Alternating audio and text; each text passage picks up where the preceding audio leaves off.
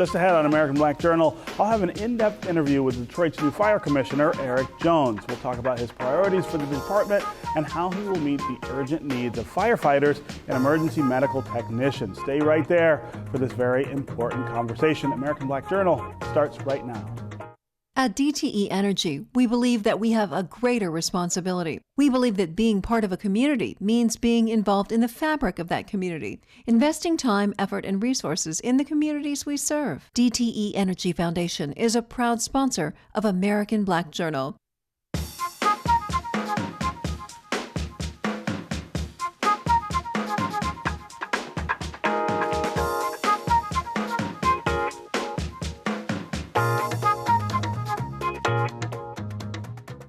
Welcome to American Black Journal. I'm Stephen Henderson. Detroit's new fire commissioner has been on the job for just a month, but Eric Jones is already dealing with some very important issues that impact the fire department. There are ongoing reports of firefighters using outdated equipment. There's the recent knife attack on 2 emergency medical technicians. And on a more positive note, the city just emerged from one of the most successful Angels Night efforts in years. Commissioner Jones is a 25-year veteran of the Detroit Police Department, and his son is a Detroit firefighter. I'm pleased to have Fire Commissioner Eric Jones as my guest today. Welcome to American Black Journal. Thank you for having me. So, as I said in the open there, one of the quietest Devil's Nights, well, Angels Night, I should say. See, that's how much of a Detroiter I am. I still call it Devil's Night. I remember those nights. Yeah, right? Yes. I can remember when that started, when I was a teenager in the 1980s, the real problems with fires all over the city every year. This year, a record low. I don't know how long that record goes back, but fewer fires than anyone could remember in recent memory. Absolutely. Goes back decades, and we had 52 fires over a 3-day period. And I attribute that to, number 1, the community. Number 2, the demolition. 7,000 homes demolished over almost a 2-year period. And then the other tactical or more strategic thing that we did was combine the police officers and the firefighters for a police fire arson unit. So that has helped significantly to improve our arson investigations. Yeah. So talk about the role that arson plays, not just on Angels Night. Obviously, most of the fires that get set typically in that window are arsons. Yes. And I've always believed that most of them are set by people who are not Detroiters, right? There's a lot of people coming in to do that kind of thing. How does that arson unit, though, play into reducing that? What do you do to stop that from happening? So earlier this year in February, the mayor appointed me to chair a committee to determine how best to improve our arson investigations. And one of the first things we discovered was that they were understaffed and overworked. So the firefighters are certified police officers, and they were handling the arson investigations from inception all the way through prosecution. So they would do the origin cause investigation, all of the interviews of witnesses, the apprehension of suspects, going to court and testify, and it was just something that they couldn't do. Too much. It was too much. Yeah. So the most intelligent thing to do was bring on the police officers. They do arrest. They do investigations. They can handle the court testimony. And actually, it's a more fluent and a working process that they're working together now. So it's really good. Yeah, and that's something that applies outside the context of Angels Night. I mean, arson is also a big driver behind the high number of fires we have in Detroit generally. Absolutely. We all know how much how much damage one arsonist can cause. Yeah. When we talk about firefighting in the city right now, I think you can't talk about it without talking about the sort of controversies that come up. Yes. Broken hydrants. There's been a lot of media reports about that. Yes. Equipment that either fails or doesn't perform quite the way that it should. You've been on the job just a month. Tell me about what you see in terms of the state of those things. Are they as bad as people have said they are? And what's your plan for making them better? So there's a lot of equipment that's in a state of disrepair that we're working on. We have an excellent collaboration with the water department, where the firefighters are going out conducting the inspections of the fire hydrants, reporting that to the water department, and they're initiating the repairs, the work orders. I've brought on an industry expert to help us with some of these certifications. There's no reason that this equipment should be expiring and then it catches us by surprise. Right. So we're working through that with Director Brad Dick from the General Services Department that's helping with our vehicles, all of our equipment, and we have timelines, milestones to meet, and this stuff is all working out now. Yeah, and when we talk about equipment, is it just the rigs that are the problem, or are there other tools that firefighters need that are not up to there's snuff? Ladders, hoses, air bottles, you name it. All of this stuff has to be certified, and it all has expiration dates, and we know this. So it would behoove us to set up a plan. Everything shouldn't expire at the same time. So if you put a little intelligence behind it, you can set up systems of accountability to make sure that they don't expire. And so was this not going on before? I mean, did we not know when equipment was expiring? Were we using equipment that had expired? Oh, absolutely we were. And I'm not going to sit here and say that it was not going on, but it wasn't going on at the level that it should be, especially when the men and women are putting their lives at risk. We need to put a robust system of monitoring this equipment in place, and that's my goal. Yeah. When I hear from firefighters in the city, I hear about equipment, I hear about those kinds of issues. I also hear about morale in the department, and obviously some of that's related to equipment and things like that, but there also seems to be a culture inside the department of maybe fear, maybe retaliation, fear of retaliation, that really I think discourages people from wanting to do the job, already a dangerous job. You're putting your life on the line every day. Tell me what you're finding with the way that affects the department. So it's actually a contradiction. The fire department is this huge family, and it's a close-knit group. Very close-knit group. However, there is a level of bitterness that I didn't expect, and by that I mean between the frontline troops and the leadership, and I attribute it to lack of communication.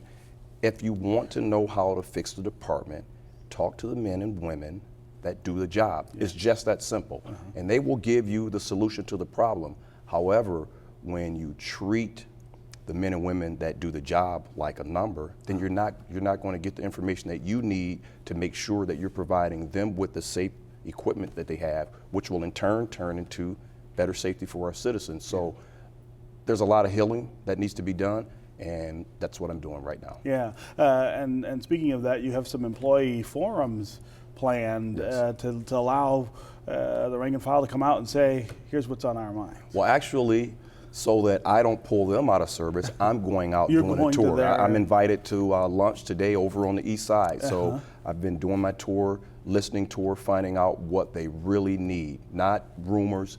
Tell me what's going on. So that's what I'm doing for both the firefighters and the EMTs. Yeah.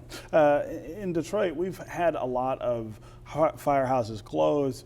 The number of people working in those houses is greatly decreased, and at the same time, we used to have the same number of fires as much bigger cities. They're all over the place. Of course, we have 140 square miles to patrol. Did the men and women who are fighting fires tell you they need more help? Do we need more firefighters? What I'm hearing is they need better equipment. They need better training. So we have a reduction of about 18% from the same period last year. Sure, we need, it would be better to open up more firehouses, but even if I started today building new firehouses, we still have the existing firehouses that with an average age of 90 years per firehouse. So we have to bring them up to livable conditions while we start the process of entertaining building new firehouses. But I'm hearing training and equipment. And you're not hearing necessarily, gee, if this house over here were open again, we could get quicker to the scene, the houses wouldn't burn as fast. I'm definitely hearing that, the coverage issue. I'm hearing the coverage issue. I'm looking at the deployment and looking at the map, and I have some plans that I'm not ready to announce at this time. But yes, definitely an increase in the coverage. But the main issues that I hear are the equipment and the training and the communication between management, and the frontline troops. Yeah, we saw the reduced numbers on Angels Night. Are there reduced numbers expected overall in the city? The number of fires I have heard is around 99,000 a year. Does that sound right? No, so I can talk specifically about building fires. Right. So year to date, we're right at 3,200. Same period last year, we were at 3,900. Right. There's a lot of different categories of fires. So those other numbers, these are rumors that people. 99,000. That sounds crazy, right? It does to me. Yeah, Yes. But the numbers are going down. The numbers are going down, and I think by way of example, you look at what happened on Angels Night. So we average about 9 fires a night, 9 building fires a night. And is that a result of the depopulation? You feel like that there's just not as many people to be in structures that are catching fire? No, I attribute it to the demolition and the lack of fuel, meaning the vacant homes that were being burned. Right. That's what I attribute it to. I attribute it to more community involvement and to the arson unit, the increased investigations. Right, and the most dangerous thing to anybody's house, of course, is a house next door that's empty, not being cared for, a target of arson or whatever, or accidental, and it catches your house. I mean, we see that happen a lot. Absolutely. Still. So included in the 3,200 numbers are exposures, meaning a house started burning and it caught the house next door. And that's still one of the real problems that we have in the city. Yes, yes, it is.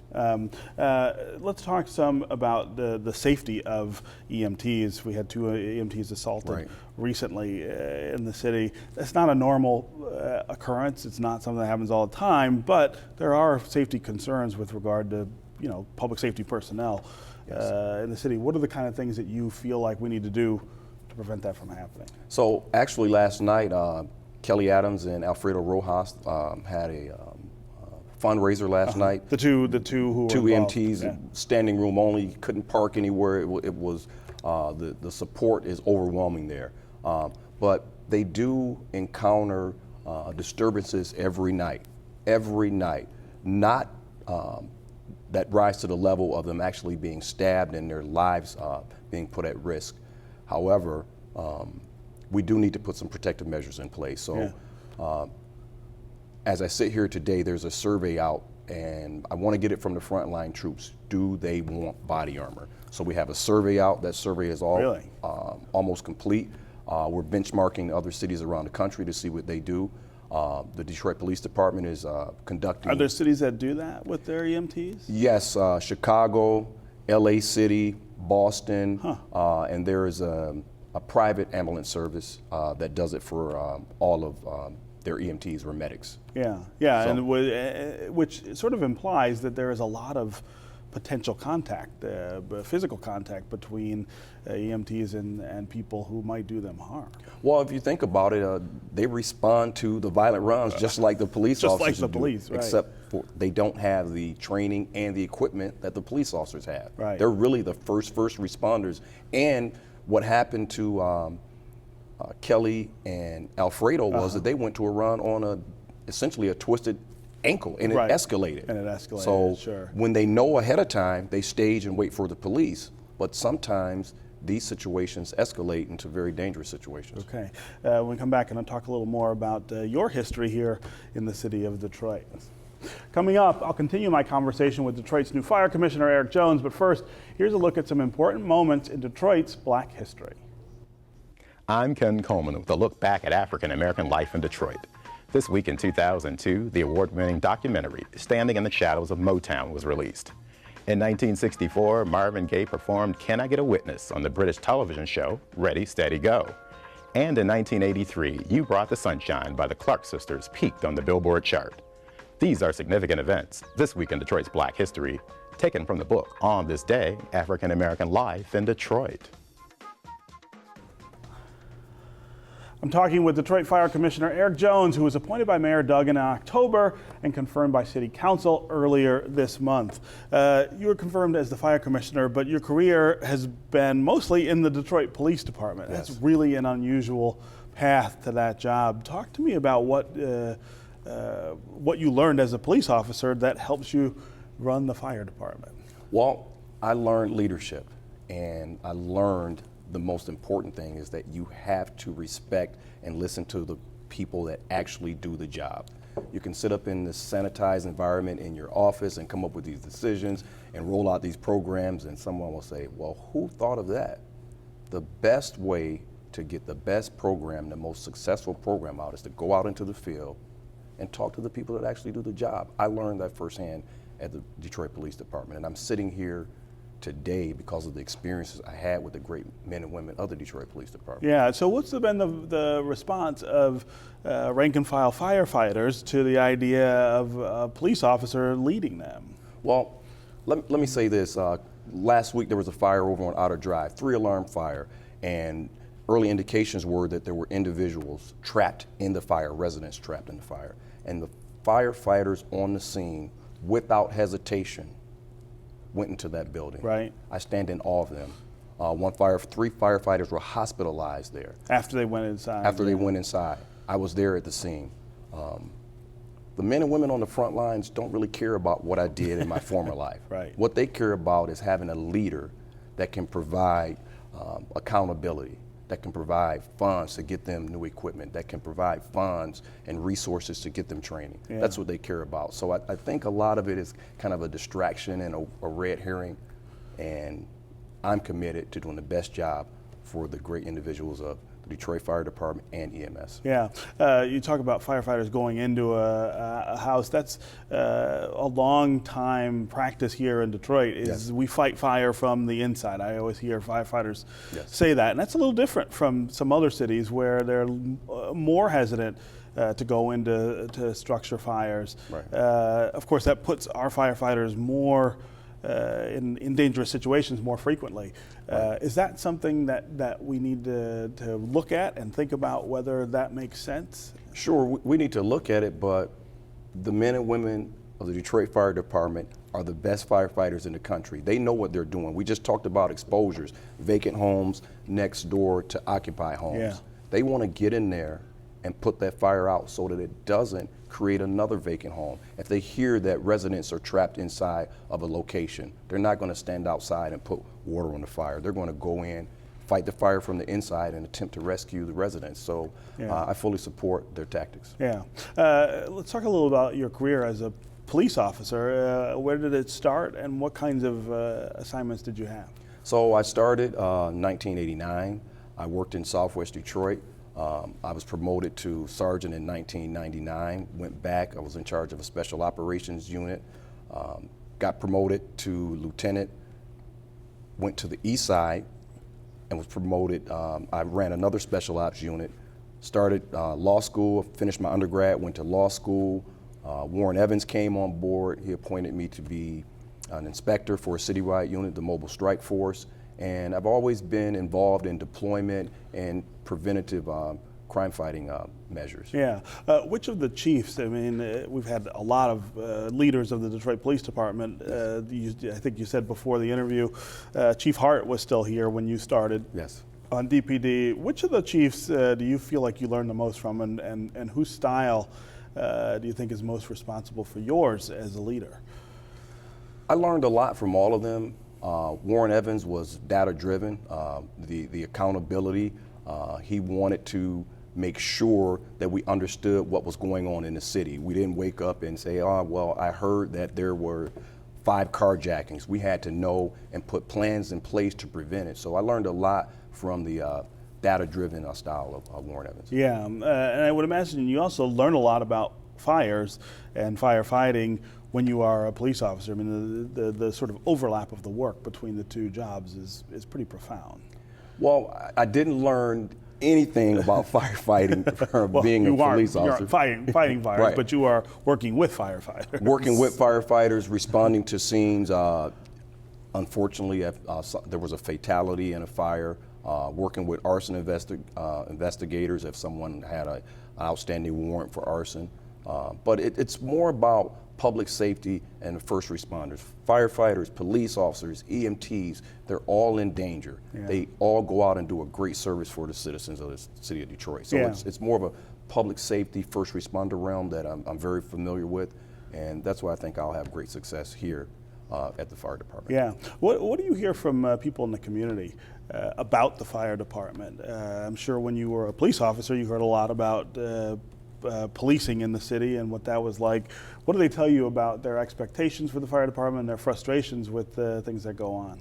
Well, I was told when I was a police officer, if you want to be loved, join the fire department. Is that right? Join Right. the fire department. I have positive things about the fire department in the city.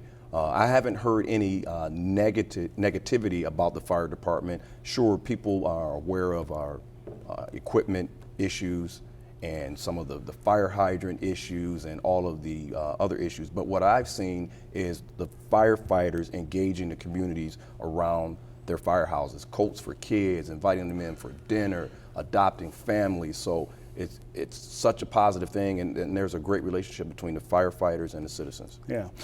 What kind of things do you feel like the fire department needs in terms of support from city government, city council, the mayor, that maybe it doesn't have? We talked about equipment and how important that is. Are there other things you think government needs to do to make that a easier job, more successful job? Actually, we're on the right path. We're on the right trajectory.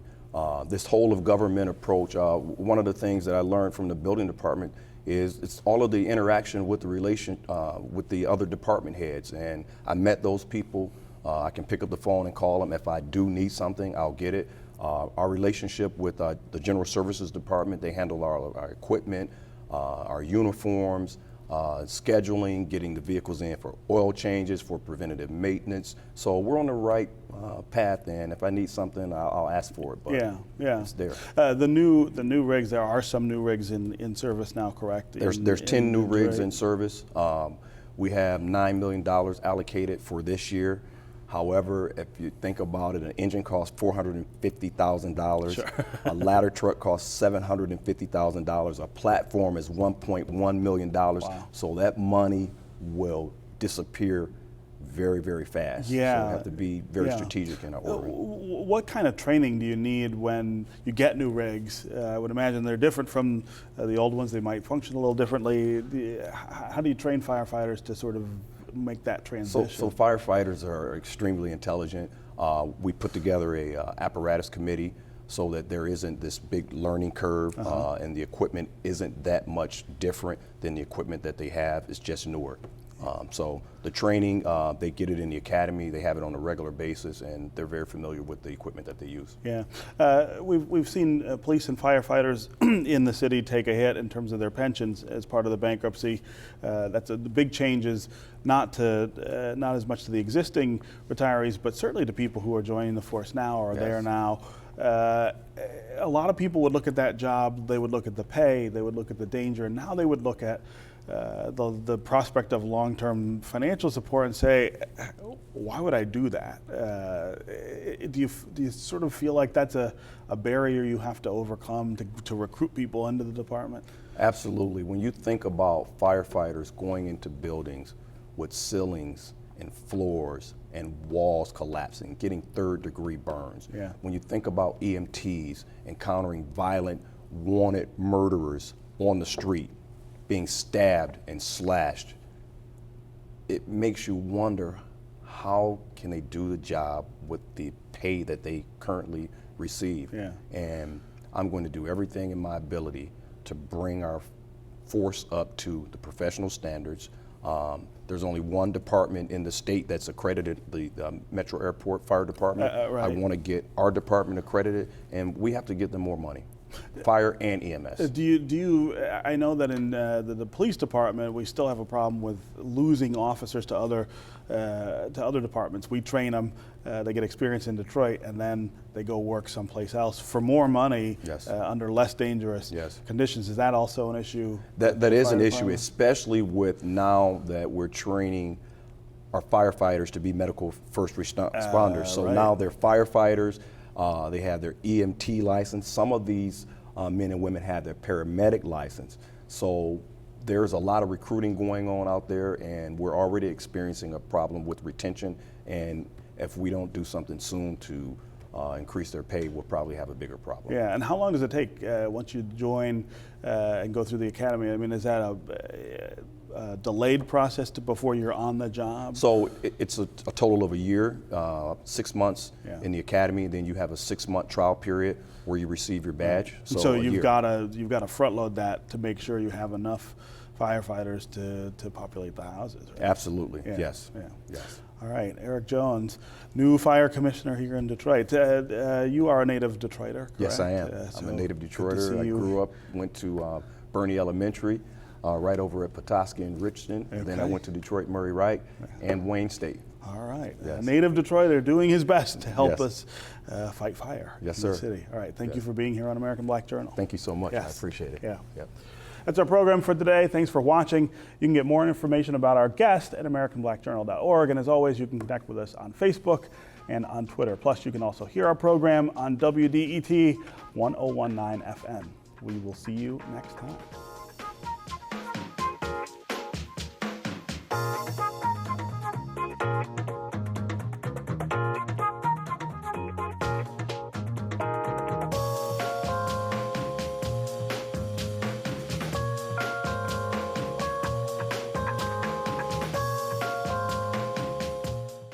At DTE Energy, we believe that we have a greater responsibility. We believe that being part of a community means being involved in the fabric of that community, investing time, effort, and resources in the communities we serve. DTE Energy Foundation is a proud sponsor of American Black Journal.